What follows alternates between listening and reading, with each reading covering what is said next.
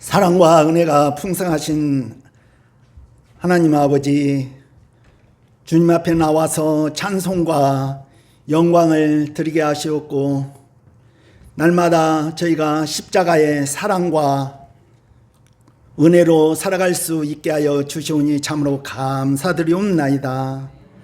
사랑의 하나님 아버지, 이 한 시간도 저희들 주님 앞에 나왔사오니 주의 강한 팔로 저희들을 붙들어 주시옵고, 우리의 무거운 짐들을 주님 앞에 다 내려놓을 수 있게 하여 주시옵소서. 저희가 날마다 성령의 아버지 충만한 가운데 살아가게 하여 주시옵고, 말씀의 풍성한 꼴을 저희에게 먹여주시사 우리의 믿음의 강건함을 더하여 주시옵소서.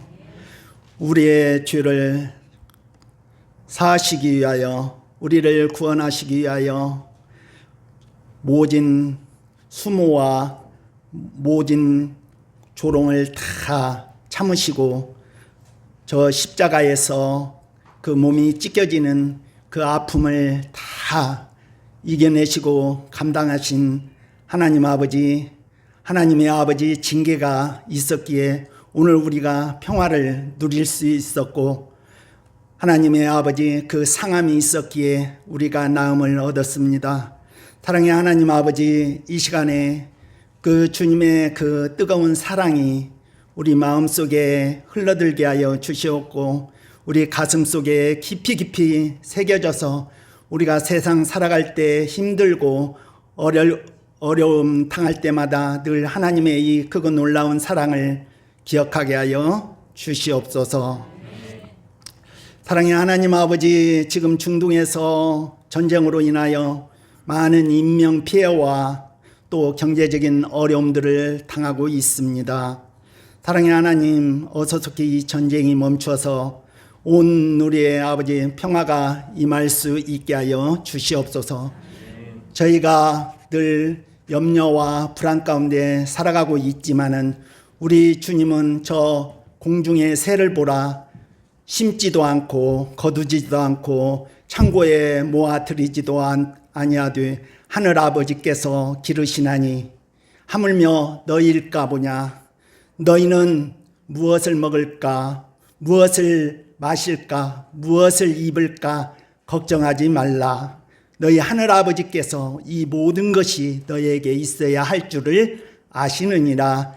그러므로 먼저 그의 나라와 그의 의를 구하라. 그리하면 이 모든 것이 너희에게 더하시리라. 사랑의 하나님 아버지, 이 힘들고 어려울 때일수록 저희가 더 주님께 부르짖고 주님께 하나님 무릎 꿇고 간구하는 삶을 살아갈 수 있게 하여 주시옵소서. 사랑의 하나님 아버지, 저희에게도 저 아버지 침상을 메고 저 아버지 지붕을 뚫고 주님 앞으로 나아가고자 하는 그 중풍병자의 그 믿음, 또한 주님의 옷자락만을 만지면은 이 혈류병이 나으리라고 하는 그 여인의 믿음, 그 믿음을 저에게 허락하여 주시옵소서. 사랑의 하나님 아버지, 이 시간 말씀을 전하시는 목사님, 성령으로 아버지 충만케 하여 주시옵고 더욱 영간의 강건함을 더하여 주시옵소서. 이 시간 말씀을 선포할 때 주님의 말씀이 땅에 떨어지지 아니하고 우리 가슴 속에 깊이 아버지 새겨질 수 있게 하여 주시옵소서. 사랑의 하나님 아버지, 연약한 자들, 나약한 자들, 하나님 또 질병으로 고통당하는 자들을 주님 찾아가 주셔서 위로하여 주셨고, 하나님의 능력의 손으로 하나님 어루만져 주시사 모든 상처들이 아물어지고 모든 질병들이 떠나갈 수 있게 하여 주시옵소서. 사랑의 하나님 아버지, 우리 청년들, 우리 청소년들 하나님들 하나님의 품 안에 품어주셨고 저들의 앞길을 주님 이끌어 주셨고 인도하여 주셨소서. 사랑의 하나님, 주님 안에서 늘 큰 꿈과 비전을 가지고 살아가는 우리 귀한 청년들, 청소년들 되게 하여 주시옵소서. 이 모든 말씀 예수님의 이름으로 기도드리옵나이다. 아버지께서 내게 주신 자들이라는 제목으로 오늘 고난주간 말씀을 함께 나누겠습니다. 여러분 한 주간 평안하셨습니까? 꽃이 많이 폈죠. 작년에도 꽃이 제가 좋았어요. 참 예쁘구나 이런 생각이 들었는데 오늘은 꽃이 그렇게 이번에는 그렇게 반갑더라고요. 제가 꽃이 너무 예쁘고 반갑다고 그러니까 주변 사람들이 늙어서 그렇다고 다 그렇더라고요. 그래서 정말 그런 것 같아요. 나이가 들면 들수록 이 피어나는 것들이 얼마나 예쁜지, 그리고 나이가 들면 들수록 겨울이 참 힘들구나. 겨울에서 봄이 되는 이 시즌이 얼마나 좋은지 모르겠습니다. 우리가 한 주간을 고난 주간으로 이제 보낼 텐데, 작년에는 그 고난 주간 특세에 별로 좀 집중력이 좀 떨어졌습니다. 기도하고 마음을 모으는 일에 좀 마음이 잘 안 모아진다 그런 생각이 들었는데, 내일부터 시작되는 고난 주간은 하나님께 드리는 예배다 생각하고 내가 주님 앞에 받은 게 참 많은데 그것을 내 몸으로 좀 들여서 함께 기도하고 또 세상에 평화가 오도록 함께 간구하는 일에 내 마음을 모아서 이 주간이라도 좀 동참했으면 좋겠다. 그런 마음으로 함께 동참하면 좋겠습니다. 그래서 부활의 즐거움을 함께 누릴 때 부활이 정말로 부활이구나. 주님께서 우리 안에 새로운 생명과 은혜를 회복시켜주는 그런 은혜를 좀 함께 누리는 시간이 되면 참 좋겠습니다. 오늘 본문은 예수님께서 잡히시던 상황을 자세하게 설명하는 말씀입니다. 예수님께서 잡히시던 이 장면이 요한복음 17장과 연결되어지면 제물이 준비되는 것과 같은 그런 내용입니다. 원래 구약 시절의 예배는 하나님 앞에 속죄제와 더불어서 감사제, 크게 두 가지로 구성되어 있는데, 모든 사람은 어떤 제사를 드리건 간에, 속죄제건 감사제건 간에 제사장이 먼저 축도하고 또 제물과 제사를 드리는 사람의 손과 발을 씻고 나서 예배를 드립니다.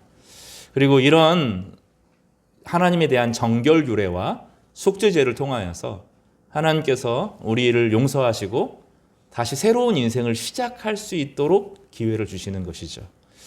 요한복음 17장에서 예수님께서는 자신을 위해서, 제자들을 위해서, 또 제자들을 통해서 믿게 될 새로운 제자들을 위해서 기도하셨습니다. 그것을 우리는 대제사장의 기도라고 부릅니다. 제사장이 이제 기도를 했으니 예배가 시작됩니다. 그런데 18장에 보면 제물이 없어요.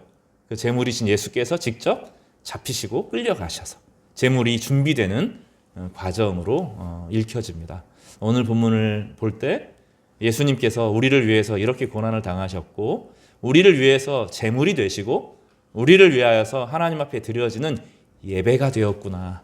이런 마음으로 함께 말씀을 나누면서 우리도 예수님과 함께 동행하는 참된 예배를 드릴 수 있는 은혜의 시간이 되시기를 간절히 바랍니다.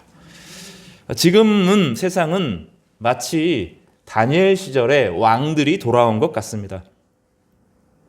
늘 아는 것처럼 강한 나라들이 전쟁을 벌이고 그 전쟁의 결과로 우리는 이름도 알지 못하는 수많은 사람들이 죽어갑니다. 우리는 쓰레기 봉투가 없어서 혹은 기름값이 비싸서 불평을 하지만 어떤 곳에서는 아들이 죽고 딸이 죽고 사업이 망가지고 미래가 무너져서 고통을 당하는 일들이 실제로 벌어지고 있습니다.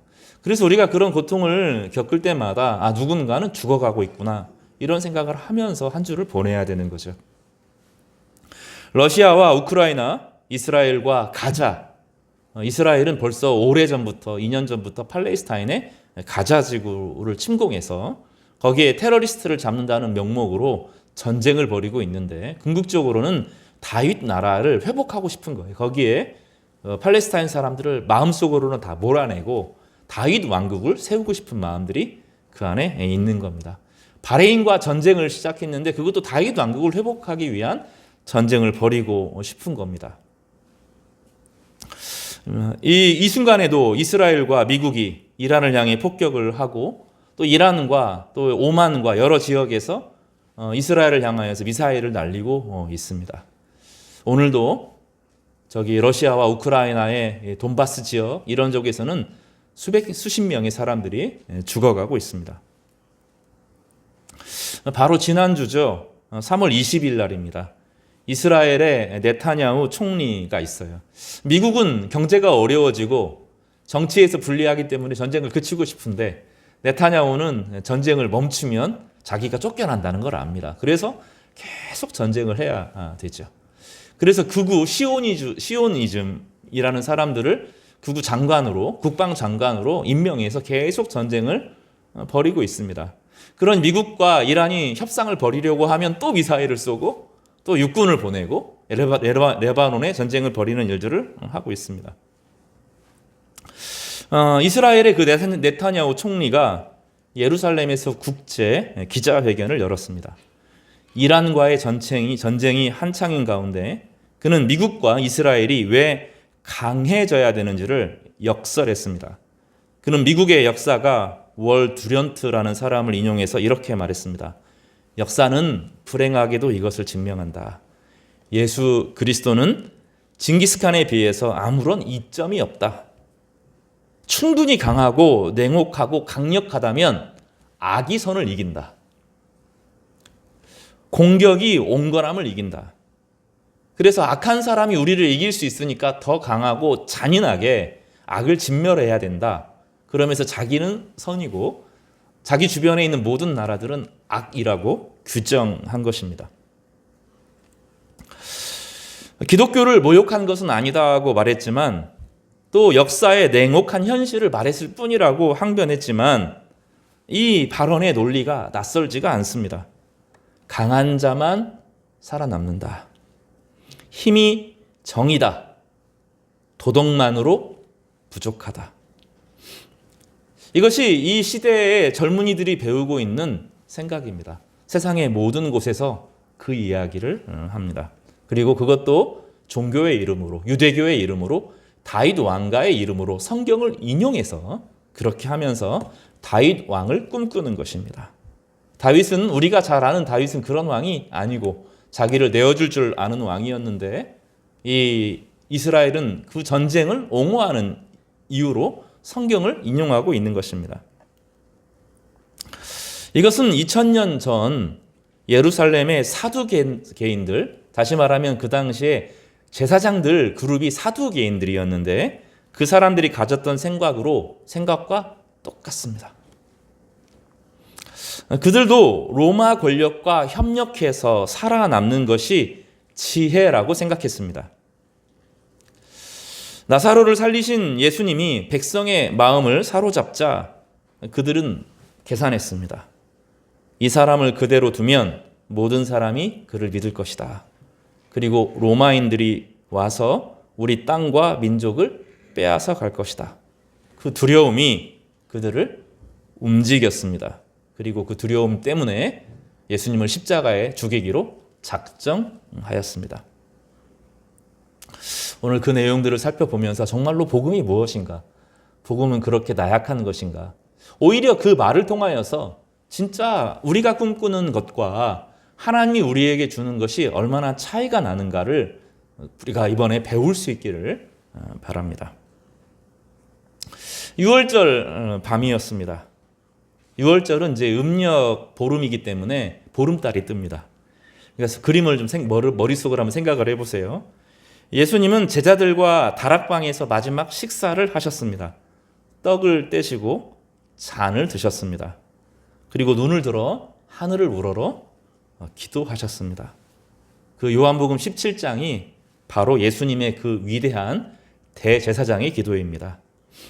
대제사장이 지성소에 들어가기 전 드리는 기도처럼 예수님은 제물로 나아가기 전에 아버지께 기도를 드립니다. 그래서 첫 번째로는 자기 자신을 위해서 기도합니다. 내가 하나님 앞에 온전히 드려지기를 바랍니다. 이렇게 기도하셨습니다. 그리고 자기 제자들을 위해서 기도했습니다. 예수님을 따르는 제자들이 이제 위태롭게 되고 예수님이 떠나고 나면 홀로 되는데 그들을 붙들어 주십시오라고 기도했습니다. 그리고 더 나아가서 우리를 위해서 기도하셨습니다. 제자들을 통해서 믿게 될 모든 성도들을 위해서 기도해 주셨습니다. 여러분을 위해서 기도하셨습니다. 저를 위해서 기도하셨습니다. 여러분, 우리가 외롭다고 말하면 안 됩니다. 누군가가 우리를 기억하고 우리를 위해 기도해 준다면 우리는 더 이상 혼자가 아니기 때문입니다. 그런데 여러분을 사랑하는 예수님께서 여러분을 일일이 다 아시고 2000년 전에 우리를 위해서 기도하셨던 것입니다. 그리고 우리는 바로 그 기도 위에 서 있습니다. 그리고 나서 18장에 보면 예수님이 잡혀가십니다. 오늘 우리가 읽은 본문은 예수님이 잡혀가는 본문인데 제사장이 기도하고 그 다음에 제물이 드려지는 것이 구약의 예배인 것처럼 예수님께서 대제사장으로서 예배를 시작하시고 자신이 친히 제물이 되셔서 우리를 위해 하나님 앞에 모든 예배를 드린 것입니다. 예수님께서 기도를 마치시고 일어나셨어요.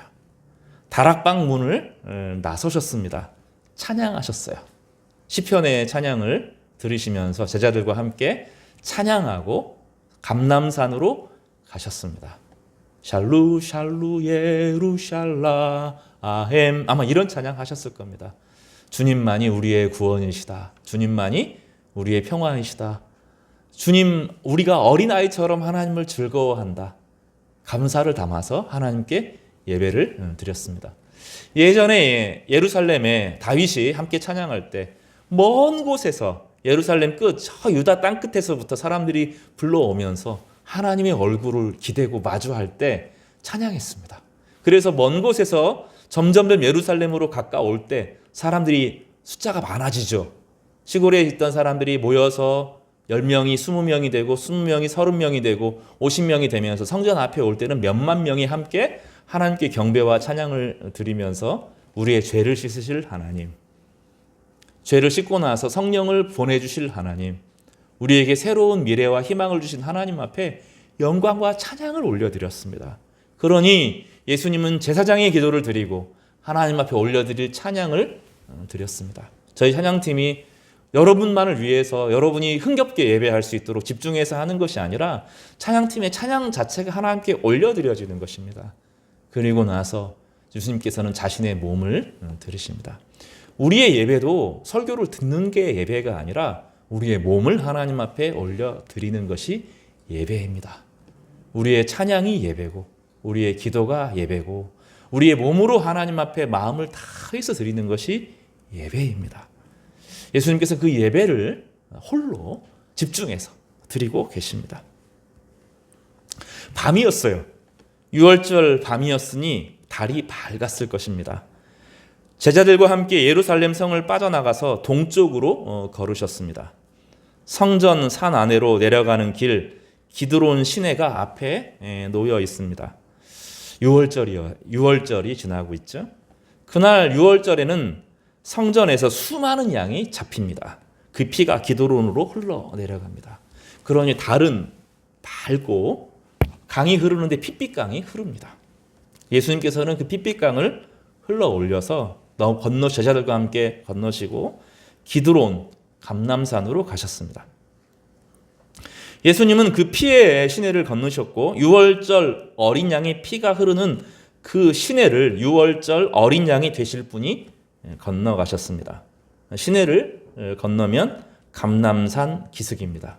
거기 겟세만의 동산이 있었습니다.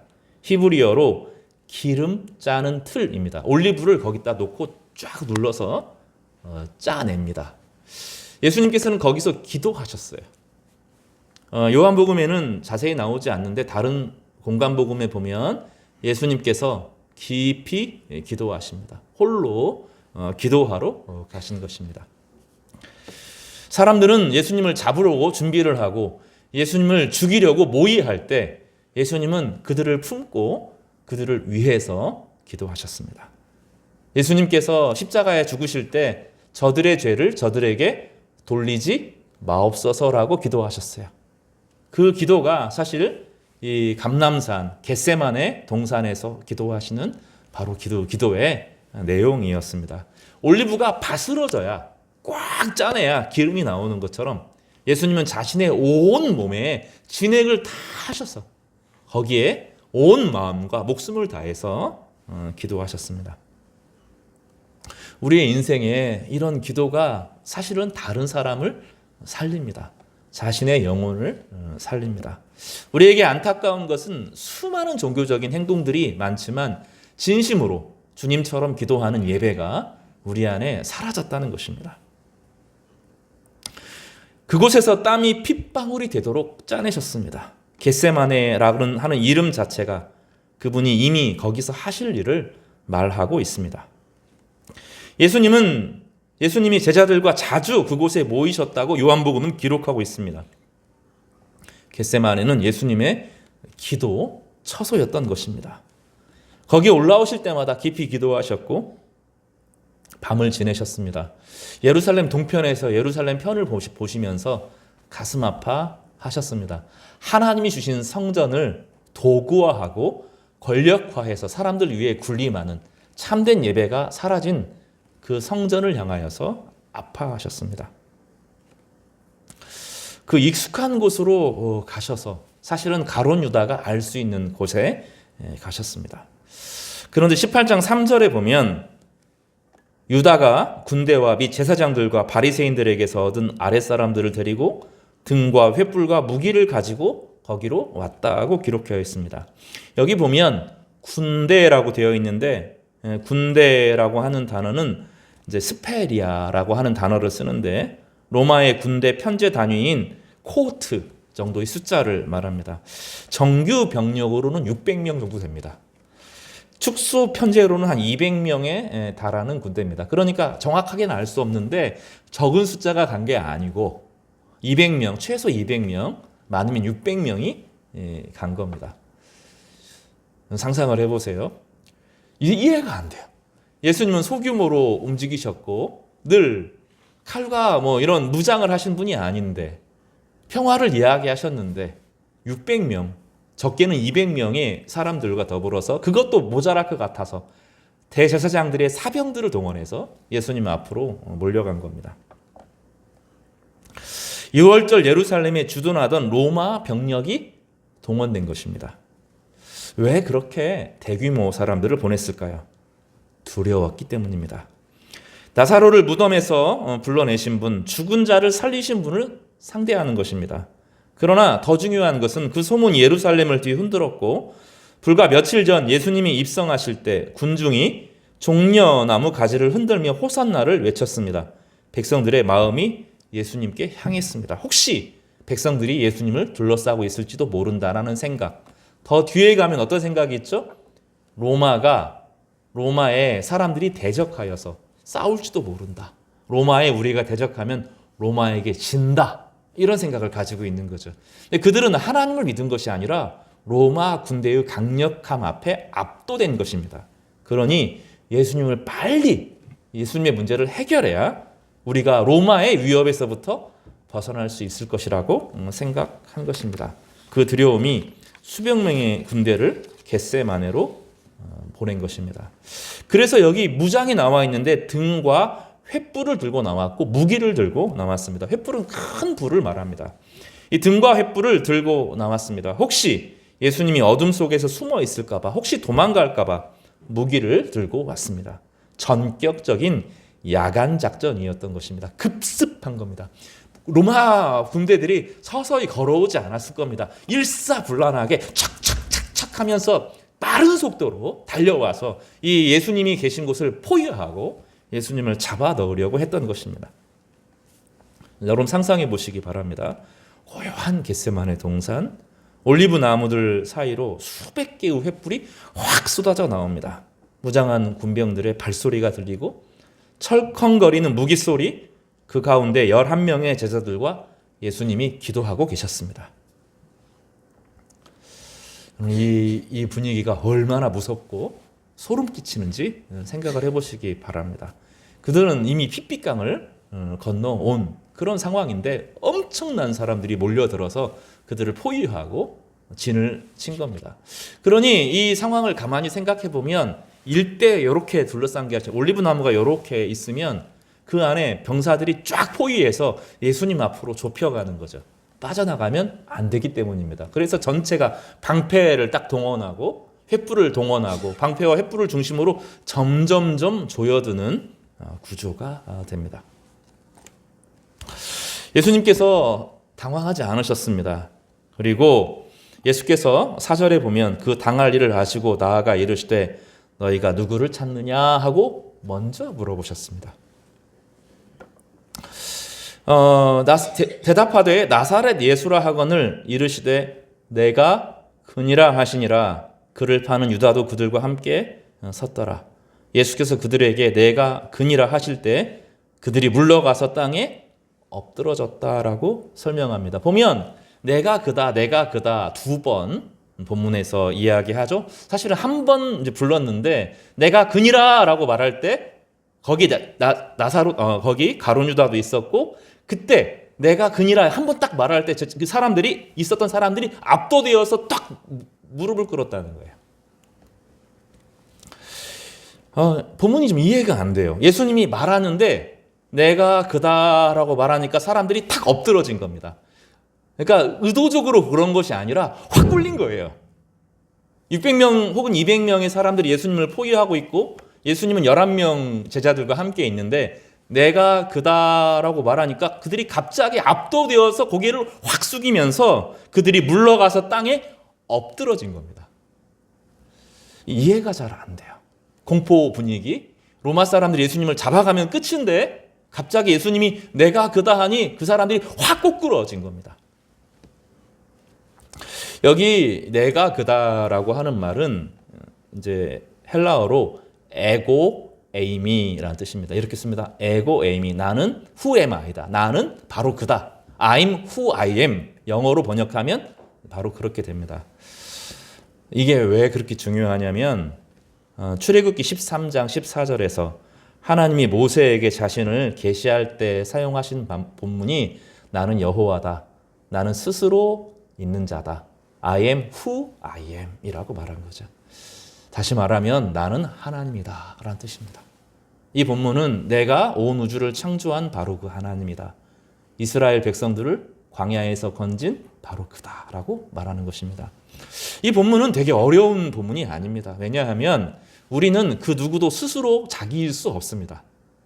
저는 저희 아버지의 어머니의 아들입니다.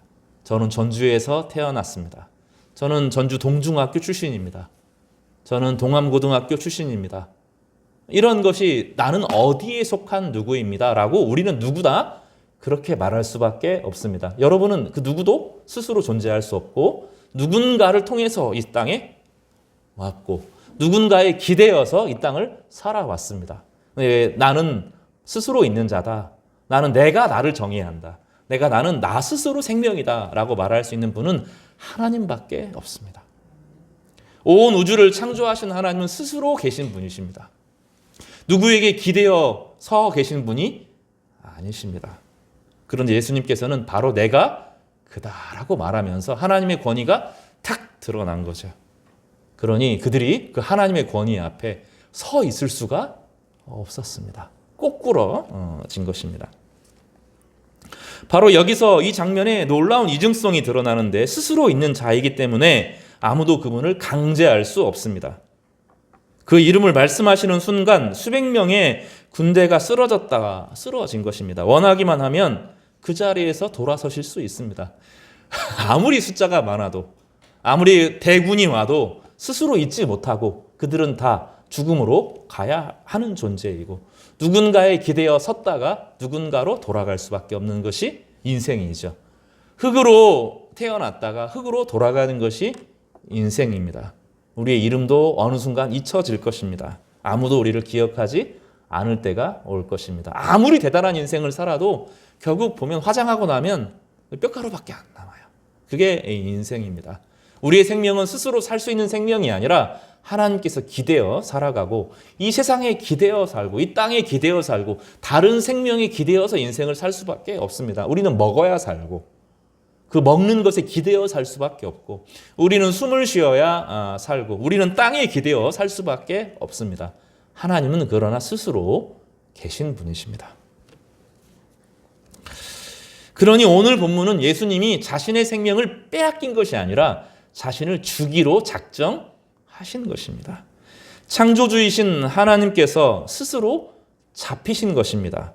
스스로를 내어주신 것입니다. 그리고 그 내어주심을 우리는 사랑이라고 부릅니다. 하나님은 사랑이시라.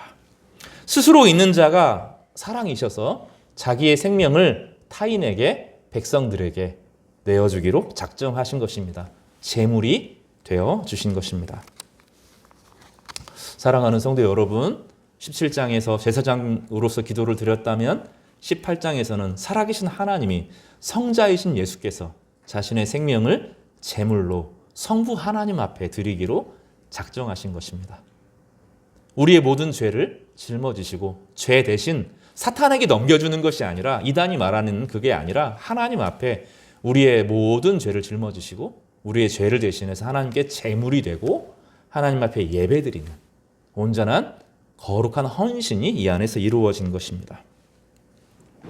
주님께서는 기꺼이 자신을 내어 주시고 남의 생명을 빼앗는 방식이 아니라 자신의 생명을 내어주는 방식으로 우리를 위해 우리 옆에 서셨던 것입니다. 그래서 예수님의 기도가 우리 가운데 응답되어지므로 오늘 우리가 주님 앞에 나아가게 되고 우리의 예배를 주님께서 받아주시는 것이죠. 오늘 본문에 보면 조금 더 이야기가 진행되는데 이 사람들이 가게 하라라고 말씀하십니다. 누구를 찾느냐라고 말하는데 예수께서 대답하시되 너희에게 내가 그 일을 하였으니 나를 찾거든 이 사람들이 가는 것은 용납하라. 나를 찾거든 이 사람들은 가게 내버려 주라고 말합니다. 원래 테러리스트, 이 민중 폭동을 일으킨 사람들, 성전 모독한 사람들은 다 죽여야 되는데 예수님이 말하니 내어줄 수밖에 없었어요. 그런데 예수님께서 굳이 이 이야기를 하는 것은 하나도 잃지 않겠다라고 하는 것이 단지 생명을 보호하는 것은 아닙니다. 그날 밤 제자들이 목숨을 건지기 위해서 제자들을 풀어주었다, 그게 아닙니다.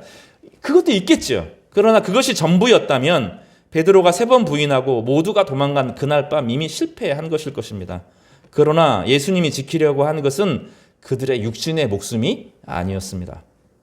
17장으로 돌아가면 그 말씀의 깊이가 드러나는데 아버지께서 아들에게 주신 모든 자에게 영생을 주시게 하려고, 예수님이 지키려고 한 것은 영생입니다. 다시 말하면 예수님께서 자신을 하나님 앞에 드림으로 제자들은 하나님의 생명을 받고 이 땅에서 하나님과 영원한 교제를 나누는 존재로 그들을 보내신 것입니다. 우리의 모두의 가장 깊은 곳에는 사실은 두려움이 있습니다. 죽음의 두려움, 심판의 두려움. 네타냐후 총리의 그 연설이 그토록 많은 사람들의 마음을 건드린 것은 그 두려움을 건드렸기 때문입니다. 강하지 않으면 죽는다. 냉혹하지 않으면 이 험난한 세상에서 살아남지 못한다. 이것이 사두개인들이 가지고 있었던 두려움이었을 것입니다. 그 두려움이 그들로 하여금 예수님을 십자가에 못 박게 했습니다. 그러나 예수님께서는 바로 그 두려움의 자리로 걸어가신 것이죠. 죽음을 피하지 않고 심판을 피하지 않았습니다. 우리가 당해야 할 하나님의 심판을 대신 받으신 것이죠. 로마서 8장 1절에서 이렇게 말합니다. 그러므로 이제 그리스도 예수 안에 있는 자에게는 결코 정죄함이 없나니, 정죄함이 없으니 심판의 두려움이 없습니다. 하나님 앞에 더 이상 심판을 받지 않는 존재로 새롭게 탄생되는 것입니다. 그렇게 예수님께서는 제자들을 대신해서 십자가에서 죽으신 것이죠. 그러니 제자들은 죽으면 안 됩니다. 제자들은 예수님의 생명을 받고 이 세상에서 하나님의 복음을 전하는 자로, 하나님의 심판이 아니라 하나님의 평화와 하나님의 사랑을 전하는 자로 세워져야 하는 것이죠. 이렇게 예수님은 오늘 본문에서 죽음을 정복하시는 위대한 선언을 하시는 것입니다. 네타냐후가 말한 것처럼 징기스칸은 땅을 정복했습니다. 그러나 그도 죽었습니다. 얼마 가지 않아서 몽골은 망했습니다. 그가 정복한 모든 땅도 결국 다른 손에 넘어갔습니다. 칼로 세운 것은 칼로 무너졌습니다. 그러나 예수님은 무덤에서 일어나셨어요. 왜 그렇죠? 사랑으로 사셨고 사랑이 죽음을 이기기 때문입니다. 죽음 자체를 이기셨습니다. 그리고 이렇게 선언하시죠. 내가 그들에게 영생을 주노니 영원히 멸망하지 아니할 것이요 또 그들을 내 손에서 빼앗을 자가 없다. 이 사람들이 가게 하라라고 하셨을 때 이 사람들 안에 오늘 이 자리에 있는 우리 한 사람 한 사람이 다 들어 있습니다. 우리가 요청하기 전에, 우리가 알지 못할 때, 우리가 감사할 줄 모를 때, 그날 밤에 우리를 위해서 앞으로 주님께서는 계속 죽음을 향하여서 나아가시며 하나님의 제물이 되는, 우리를 향한 대속제물이 되는 여정을 걸어가셨던 것입니다. 우리의 자격이 있는 것이 아니라 스스로 있는 자의 것이 아니라 우리는 다 기대어 사는데 스스로 있는 자, 영생을 누리시는 예수께서 우리에게 생명을 주시는 스스로 있는 자가 하신 사랑이 이 안에 있던 것입니다. 예수님은 이 모든 것을 보고 계셨습니다. 요한복음 12장 23절에서 예수님은 이렇게 말씀하셨는데 인자가 영광을 받을 때가 왔도다. 그 영광이 바로 십자가입니다. 17장 1절에서 이렇게 기도하셨습니다. 아버지여 때가 이르렀사오니 아들을 영화롭게 하사 아들로 아버지를 영화롭게 하옵소서. 아들이 아버지를 영화롭게 하는 것이 바로 예배입니다.